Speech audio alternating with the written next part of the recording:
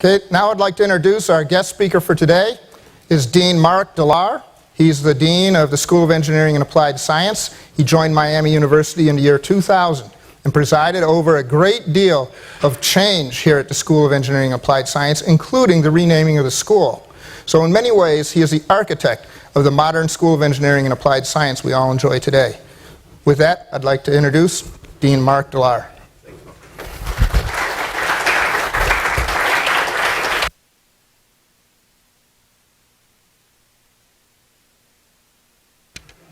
Can you hear me? Yes. Good. Good morning. Not unlike you, I'm not a morning person. I typically wake up around 10 a.m., even if I'm in my office typically at 8, so I'm in this transition. I hope you will wake me up by asking some good questions later on.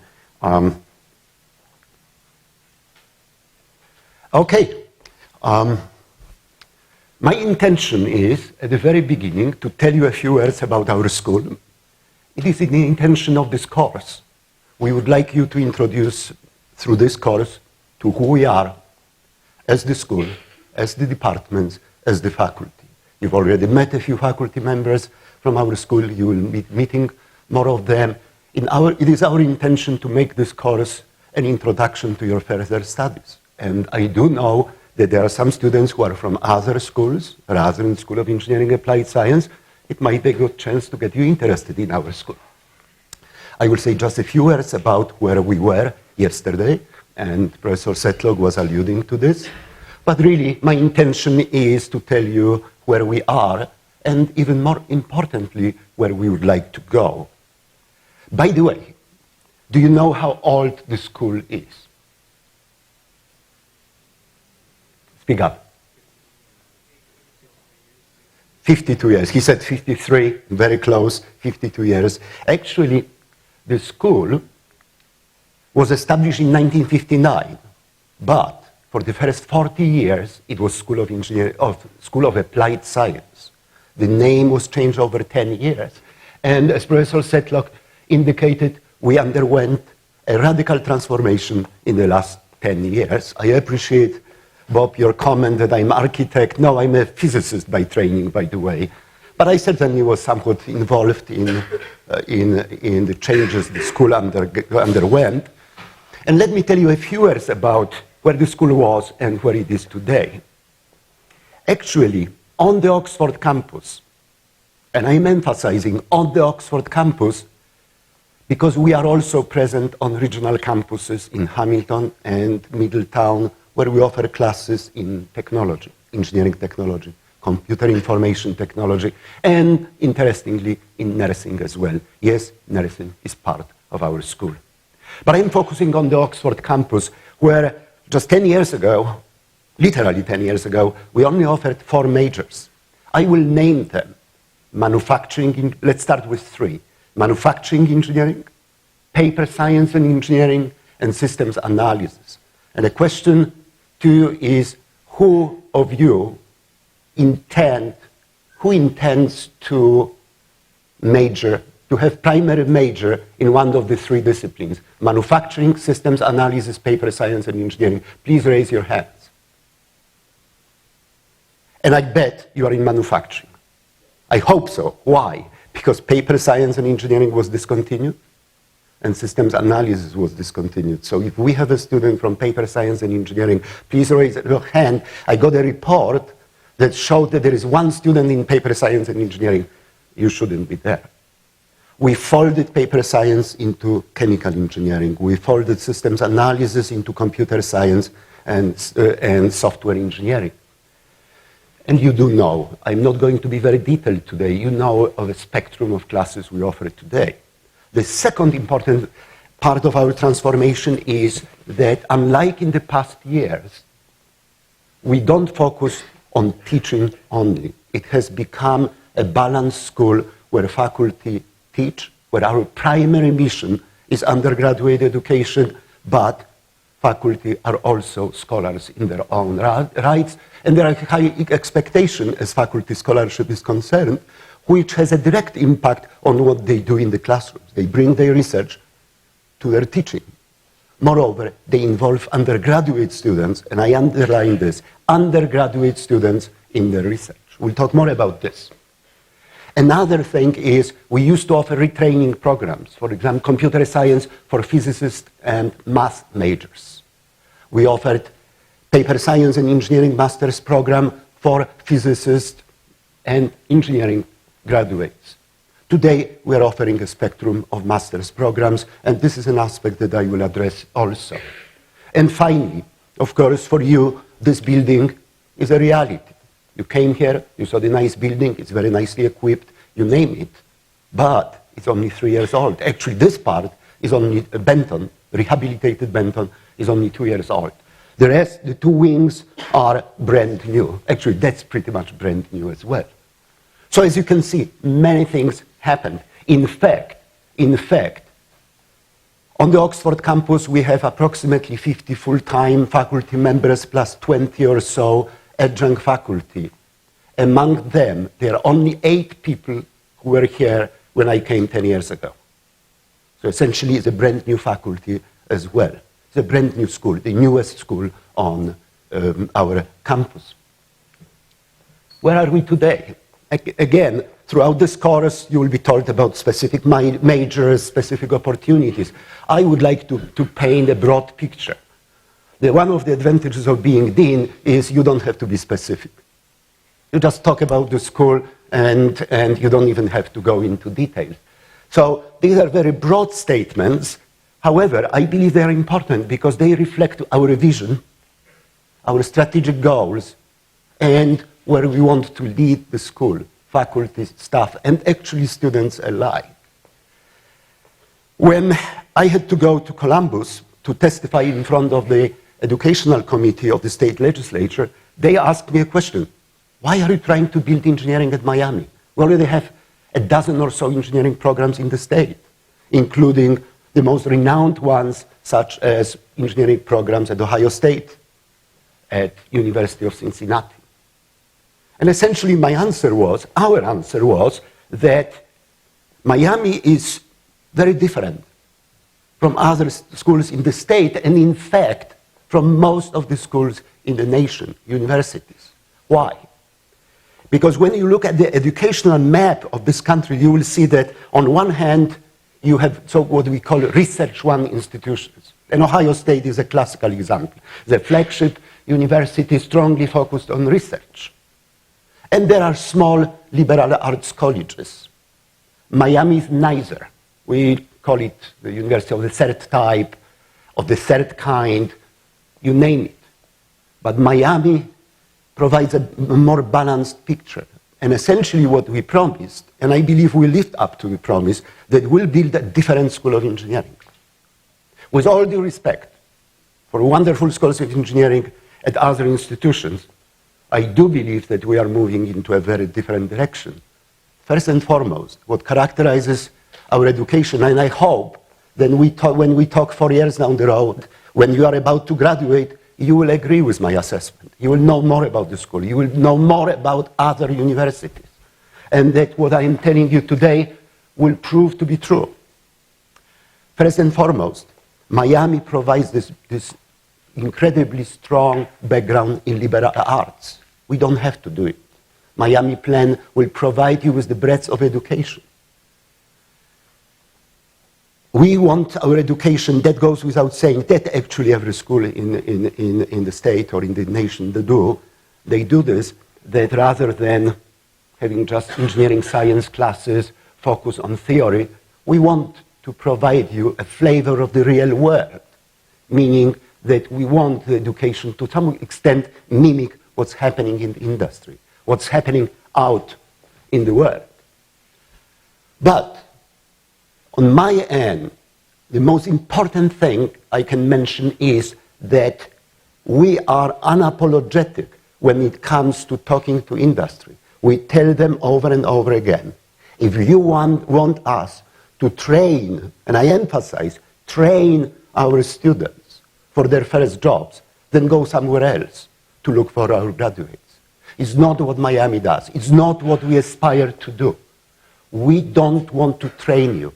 We want to educate you so that you are successful in your careers, not in your first job. When a representative on my advisory council comes and says, oh, the students should be taking this specific course, this specialized course, I say, there is no room in curriculum. I would rather you to take another course in professional ethics, in technical writing, you name it. And actually, what I believe are key characteristics of our programs. And this is not my assessment. This is not Professor Setlock's assessment. It's what an accreditation board for engineering and technology, a nationwide institution that accredits engineering programs, that visited our campus just last fall, and we got the results of the visit literally a few days ago.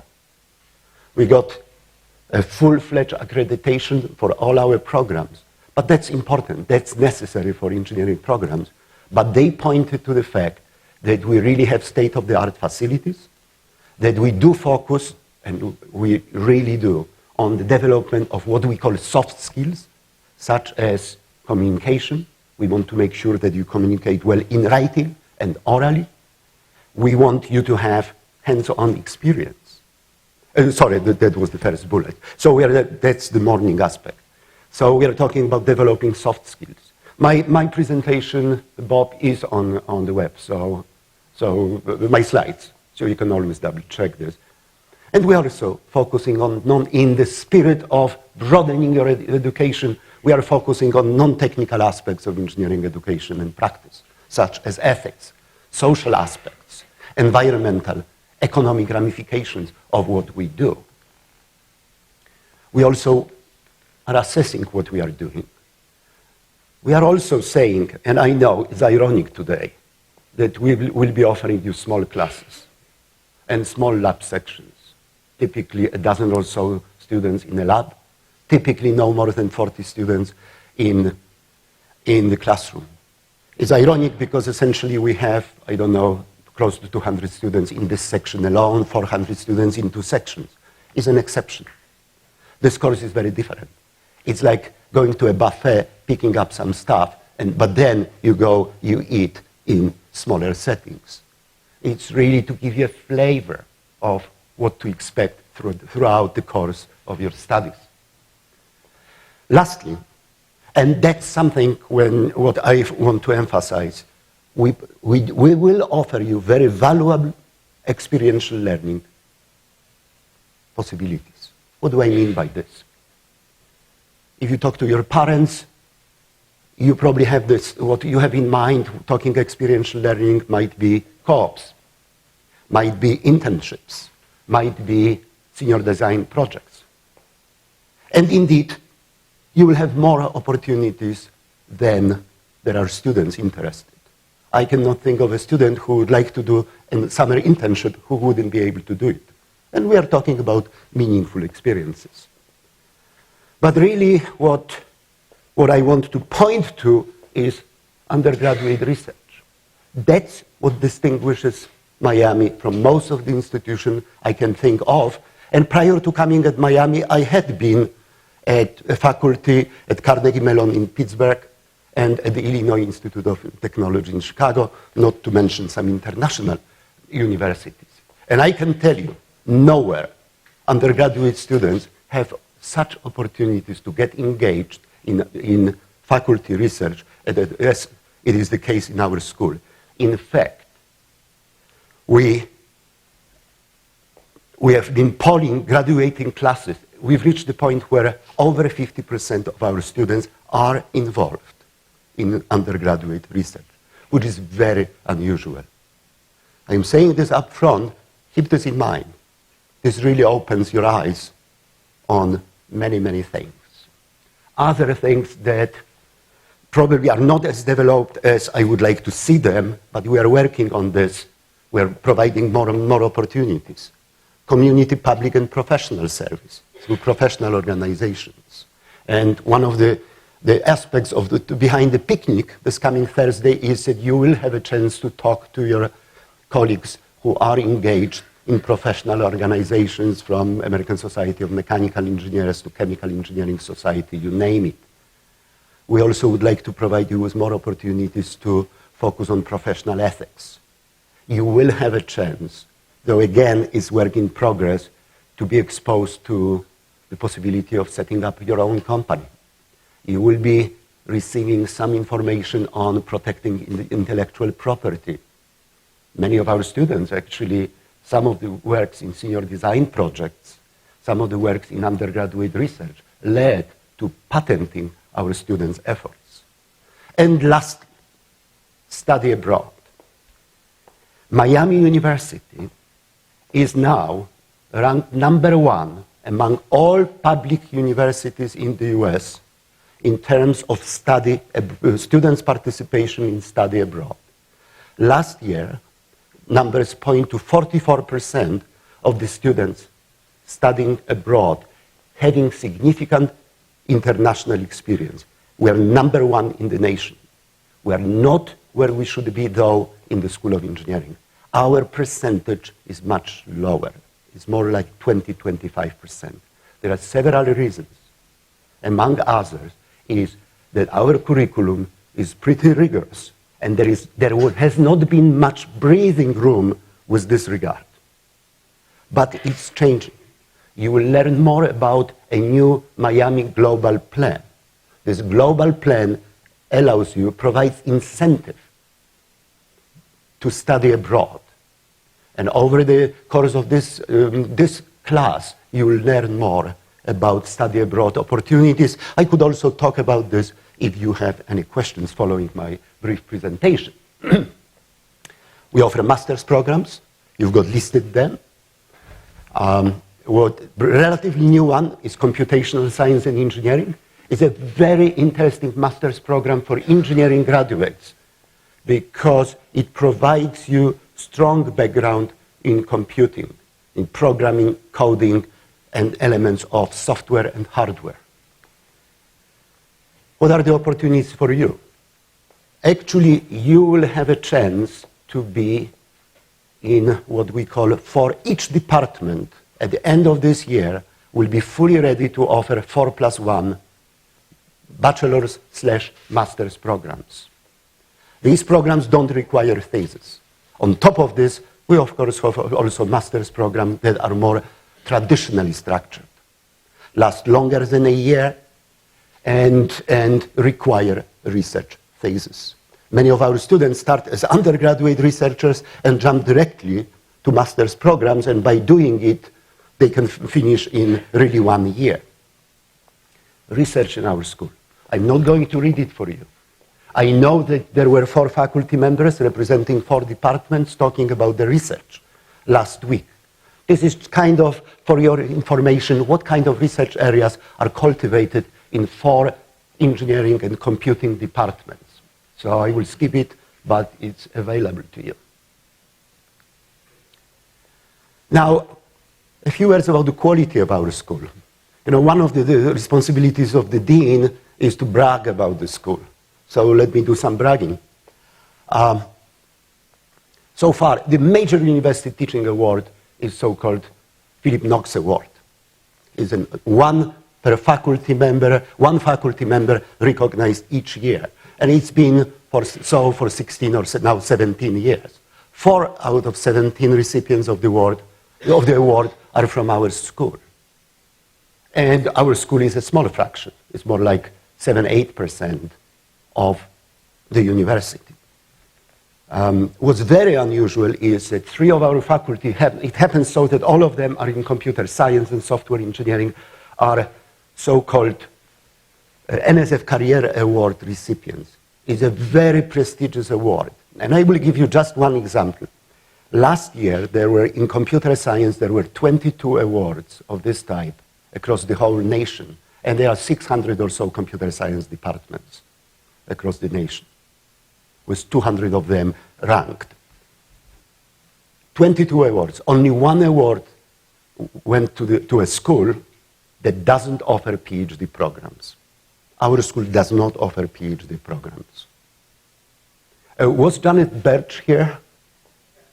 So Janet is a recipient, whom you met, is a recipient of one of the 3 awards. And maybe even more important, and it's quite a high, I'm raising the bar pretty high, There is also the most prestigious internal student award is so-called Provost Academic Achievement Award. The award has a 4 years long history and 11 out of 42 recipients, so more than 25% came from our school. Whereas the students' population, particularly in the past years, was more like 5% of the university. So just a few indications of the quality of our students and our faculty. And a few words about tomorrow. We could say we've made a change, we're recognized nationally, we passed the ABET accreditation board examination, if you will, with flying colors. We've introduced new elements, so why to change? But an organization that is not changing is moving backwards. We realize this. I, as dean, realize this. So we look into the future. And we fully understand that we have to continue changing the way we deliver instruction. The time when a faculty stands in front of you and talks like me is essentially over. We want this to be happening less and less because so many materials now are available. On what used to be Blackboard, now it's Nika. You've gotten access to the materials. Everything can be on the web. You can draw from the resources, from the cloud, anywhere, anytime. So we are now focusing on how to deliver our instruction different. But to do this, we have to understand better how you learn. And this is a major effort. We have faculty whose scholarly work is in the area of student learning. So we should be less concerned, at least, about teaching you, more so about how to involve you in the process of learning and how you learn, how optimize this. It's why the third bullet is very important. Very few universities would reward faculty for doing scholarship of teaching. Typically, what pays off is scholarship of discovery. You do state-of-the-art research, you get promoted, you get tenured, you get huge salary increases, which hasn't been the case, actually, in recent years, no matter what you do. And lastly, three key words in the engineering and computing world today are leadership, innovation, and entrepreneurship. That's what's not part of our curriculum, in my mind, to a significant extent. I am not in the position yet, so it's just a hint that we are at the verge of establishing a unique leadership institute that will be housed in the school, that will allow a lot of you to get engaged in a very unique educational experience. But again, it will take a few more weeks to finalize agreement with a major American corporation. Believe me, if it happens before this class is over, we'll come back to you and we'll tell you more, because it will have an impact, but I don't want to put the cart before the horse. So again, these are our intention, and I hope that it goes beyond wishful thinking. We want to broaden experiential learning opportunities for you, above all, study abroad opportunities, above all, undergraduate research, plus usual suspects.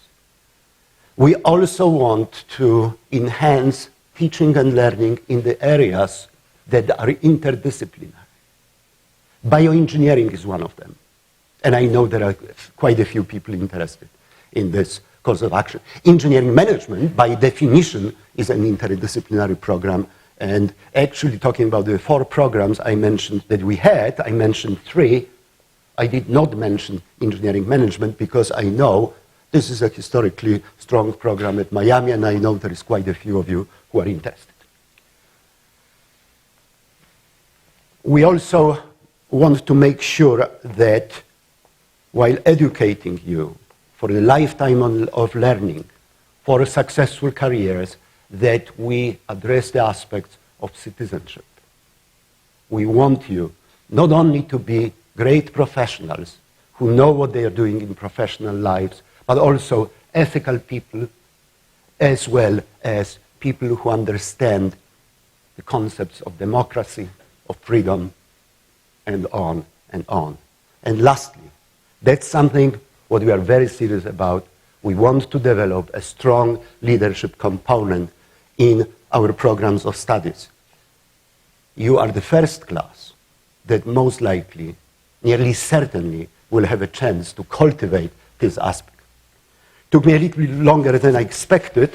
I will stop my presentation. Actually, it is my last slide, I believe. And I'm open for your question. And at a certain point of time, Professor Setlock told me that we would like to be talking about ourselves as human beings. So if there is time, I'm more than willing to answer some questions that you might have, or mention the progression of my professional career, and it might give you some food for thought. Okay, I stop here. Let's focus on, you can ask me any questions. I actually like a format of ask me any questions you might have, and I will try to answer. If I am unable to answer or feel uncomfortable answering, I would let you know so. Okay. But again, probably to get us started, any questions regarding the school? Its present, its future, any questions whatsoever? Please. Yes, you raised your hand, didn't you? Speak up.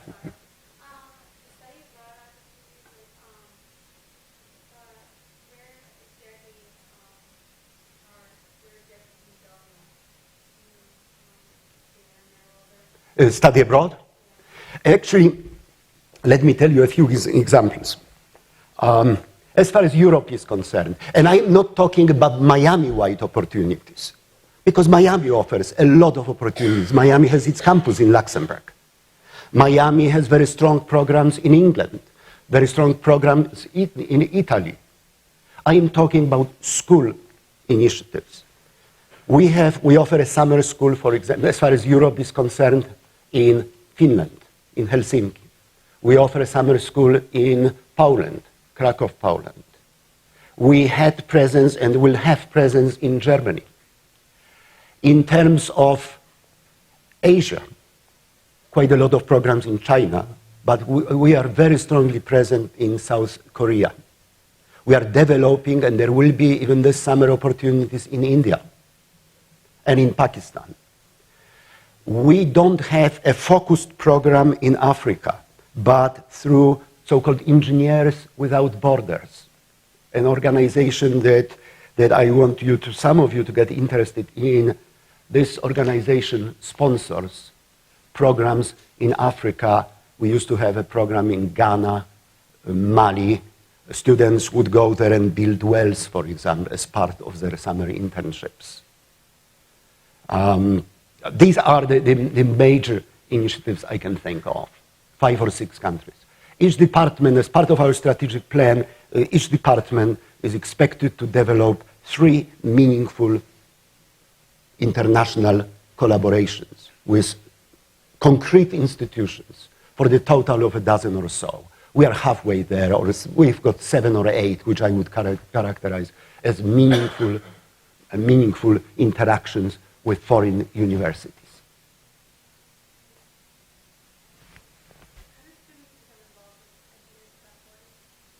Actually, there might be, as far as Engineers Without Borders is concerned, there might be a table. During the picnic. So reach out to them. Yes, please.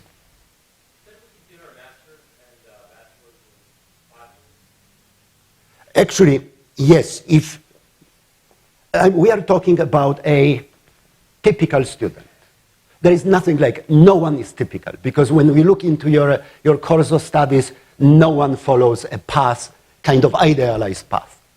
But graduation, our students, over 80% graduate in 4 years.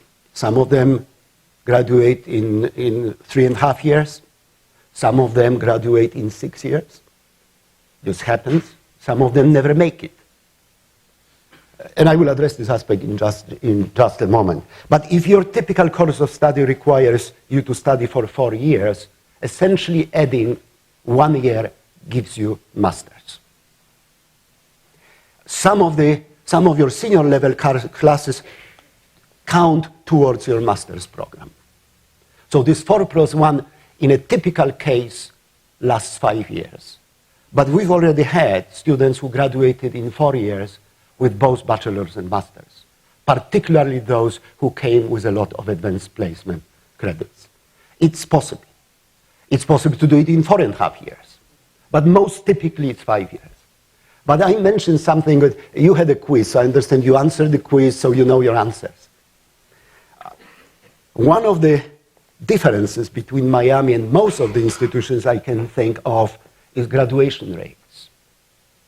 Yes, it used to be the case that people who were told, look to your left, look to your right, and one of you, the three of you, will not be here. Miami graduation rates are over 80%, which is very high, very few universities.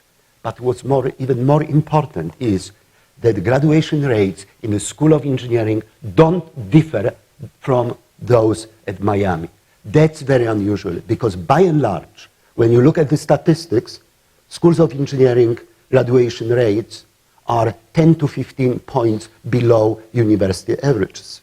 Because, let's face it, your course of study here is more difficult, more rigorous than anything else. I don't want to scare you. It's doable.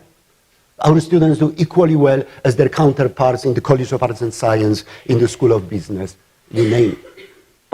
But again, our programs require more credit hours, they're more rigorous. By and large, statistics show that you spend more time doing your homework than your counterparts wherever in the School of Education. So, though it's not like one of us will be gone, if you work hard, everyone can make it. But of course, some of you, for this, some students simply transfer. This happens. Very rarely, but it happens. Other questions, please. Would you recommend doing a minor as well as a major? In a minor? A minor. Actually, not only a minor, but it makes sense in many instances to do a double major. So let me start at a higher level. There are areas within the school that lend themselves to double majoring. A lot of our students in mechanical, for example, double major in mechanical and engineering management. That's one example. A lot of students in computer science double major in software engineering and computer science. There are some, if you were to tell me I would like to double major in mechanical engineering and computer science, it's not impossible, but it would be very difficult. So I would rather do mechanical engineering bachelor's and a 1-year accelerated computational master's. Now, minoring, absolutely, absolutely. But focus first on your major and then figure out what else is, how much breathing room you have, what else you might be interested in. The way the curriculum is structured here is that at the end of the first year, you can go anywhere within the school without quote-unquote penalty, meaning that, let's say, your intention is to major in which area? Biomedical. So, essentially, that's fine. After the first year, should you decide I would like to be in chemical, for example, the same department, of course you can. Should you decide to go to computer science, perfect. You will take a chemical engineering as part of bioengineering program. You will take a chemical engineering 102 class. But this class, its problem solving is a continuation of this class, but with much smaller groups of students, and essentially also a preparation for the further course of studies. But if you decide after the first year you want to go somewhere else, perfectly fine. Now it's getting more and more difficult when you progress. It's still possible after 3 semesters, it's probably a matter of 1 or 2 courses. After 2 years, should you change your mind, I would say it probably will cost you 3 courses on average. Minoring by all means, but why not to think even broader? Did you have a question? Yes. When it comes to the undergraduate research opportunities, are there special programs for transfer students, or is it more difficult as a transfer student? How does that work? Absolutely, it's not more difficult because there are no requirements. The only requirement is that you are part, with this regard, you are becoming more part. Are you a transfer student? And which department? I'm in electrical and computer. Electrical and computer engineering. You will be taking classes, you will be meeting faculty, and essentially, the way it goes, faculty will tell you, oh, by the way, in a class, I have research opportunities. But early on, in terms of undergraduate research, because you are a transfer student, so you are taking this class, but you are at the higher level than freshman level. So my advice is immediately start to talk to faculty with the coming summer in mind. You can do it during semester, during academic year, but it's more challenging. You can do undergraduate research in the summer here, and you get a modest stipend. So it's kind of in lieu of maybe interning in the summer. But you can. There are no prerequisites for getting involved in undergraduate research. I had a second part.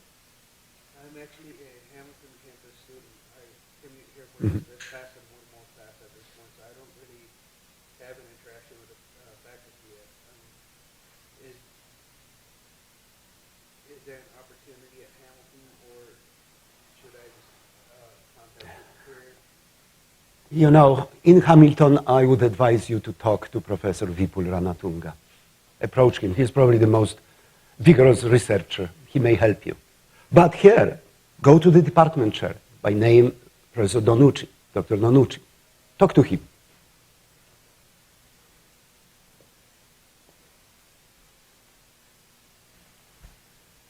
So, I'm most speaking as a computer science major, but I know the expectations for a IT graduate is constantly evolving. Like right now, like the big thing is cloud computing, and who knows what's going to be 10 years down the road.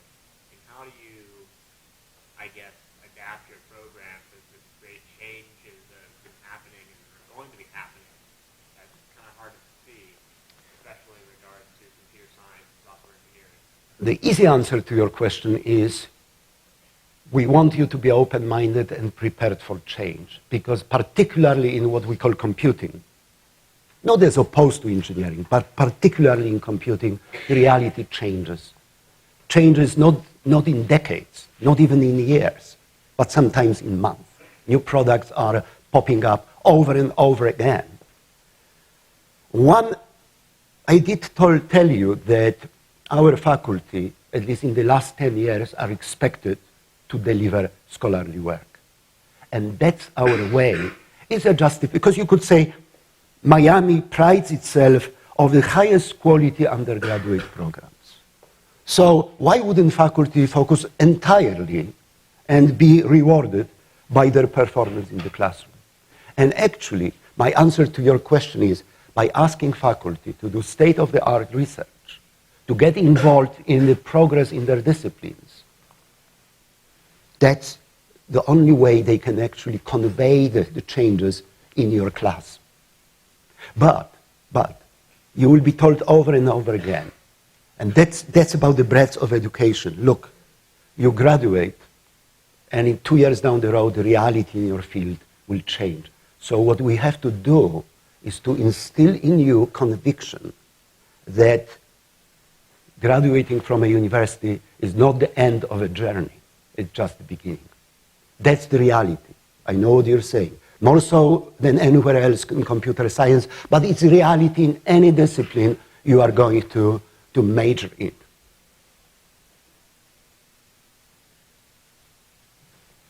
What are some of the benefits of receiving your master's degree in engineering? Let me tell you up front. If your goal is to get a PhD in your discipline, then I would not recommend you going into master's program at Miami. If your goal is to get PhD and become a researcher or a faculty member at a university, then master's might be wasting your time. Now, what are the advantages? We like it or not, but more and more employers look, particularly in engineering, maybe less so in computer science, where it's somehow easier to get engaged right away. More and more in engineering, employers expect a master's degree. So what frequently happens, you get a job after having received your bachelor's, you go to a company, and if it is a good company, progressive one, they will invest in your continuing education. So whether it's through certificate programs or a formal master's program at a local institution close to your place of employment, sooner or later, whether it's formally or not, you will move to the master's level because this is required. What we do is essentially do it up front. But it's only if your goal is to increase your chances at the job market or move doing in 1 year what otherwise you would be doing throughout 3 to 5 years. Because when you are fully employed, and even if they pay for your education, then still it lasts several years. By the way, when it comes to master's program, it is for students graduating with our bachelor's degree, quite a few of you will end up in research-based, based on statistics, research-based programs where we pay your tuition and stipend. We have, at this point of time, we have approximately 50 students. No one pays in research-requiring programs. No one pays for their education. Half of them are paid as so-called graduate assistants by the university, and half of them, around 20-25, are paid from research grants of our faculty. But only if you do a thesis option. If you simply want to take a set of classes that moves you to master's level, you pay for it. But answering the question to one of your colleagues, I did say that in some instances you can do it in 4 years. So essentially not increasing what you pay to the university. Please, anytime I don't answer your questions, just let me know and follow up. The colleague followed up on his question. Yes, please. I was wondering kind of what drew you to Miami, like what inspired you to undertake the making what it is? We won't have time because Professor Setlog was telling me my life story, my professional career has been kind of a bit unusual, if you will. I was going into very different directions in my life and so on and so forth. So this is one aspect. I think that I'm someone who always has had a tendency to go beyond my comfort zone. And it started with my student years and continued throughout my career. And it's a very good question because what happened was I joined faculty as a tenured faculty member faculty of Illinois Institute of Technology 20 years ago. And I was a faculty member. I was a very successful researcher, probably one of the most successful researchers at that institution. And I never thought about an administrative career, at least not in the US. I thought about teaching and research career, and suddenly there was some kind of a small revolution at my former institution, and not knowing how, I ended up chairing a new department. So I built a department at that institution. It was mechanical materials and aerospace from scratch. And after 5 years, I realized, this was the year 2000, I realized that, there are two options. Either I go in this direction or go back to faculty. You won't be the department chair forever. So I decided, okay, I kind of, strangely enough, liked this kind of administrative job, but in my mind, it was more a leadership job. I looked for new challenges. I built a department in my former institution. So I said to myself, okay, what's the next step? You move from department chair to the dean's position, but where? Not at your original institution. And I had 3 offers. One from a Research One institution, one from a relatively small liberal arts college on the East Coast, and one from Miami, Miami was not an obvious choice because actually at a certain point of time, I was approached by the search committee. I came here with a good interview and so on, but I said, what is there for me? So I withdrew. I was actually about to accept a job from a major research one institution when the president of the university, by the name Jim Garland, who was president between 1995 and 2005, called me and said, look, I understand the interviews went well, you withdrew, and so on and so forth, but why wouldn't you privately come? And when I came, the president said, you told in the interviews that you're looking for challenges. So where is your offer from? So I mentioned it, that's good. He said, when you talk to the president there, what did the president tell you the challenges would be? So I started thinking and said to myself, what the president actually told me was that I was about to join a very good school of engineering, College of Engineering, and my challenge would be to make sure that it continues to be strong and good. So really no challenges. And the president of Miami said, look where we are, but the sky is the limit. I am committed to building engineering at Miami. So if you do well, you will make an impact. So I took a calculated risk. I joined Miami, and I've been very happy being here. It's a wonderful, wonderful institution. Never regretted. Yes, I could have been in charge of a school that is ranked number 3 in the nation. I could have been in charge of a school that already had 3,000 students and 300 faculty. But in life, you're more asked, what's there for you in terms of really fulfilling your passion, your dreams? And we were dreaming 10 years ago, and it wasn't easy. I can tell you, we had strong support from the president, but we had very strong opposition from the state. Why? It had nothing to do with 12 universities, but many universities, most prominently, and I will name the names, University of Dayton, Ohio University, not Ohio State. They are huge, and that's a different ballgame, if you will. Were very concerned about us growing because they knew we are entering their territory and that we have many things to offer they are unable to offer. With all due respect, the two institutions are great and provide wonderful opportunities. But again, I know we have to finish. I would be gladly talking a little bit about myself, but that's maybe for another opportunity.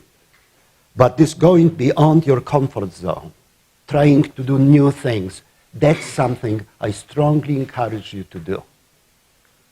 Even in the next 1 or 2 years, look at the opportunity, use them. Miami offers a lot. And we try to tell you, but answer your question, I did say you have to be proactive. There was a question pertaining Engineers Without Borders. The first step is to even know about the organization. But actually, you may get an email inviting you. You have to be proactive in whatever you do. Don't hesitate to go to the faculty and come up with the most bizarre questions. We are accustomed to this. Use the resources wisely, and the strongest resource at this institution is people, because they are here to help you.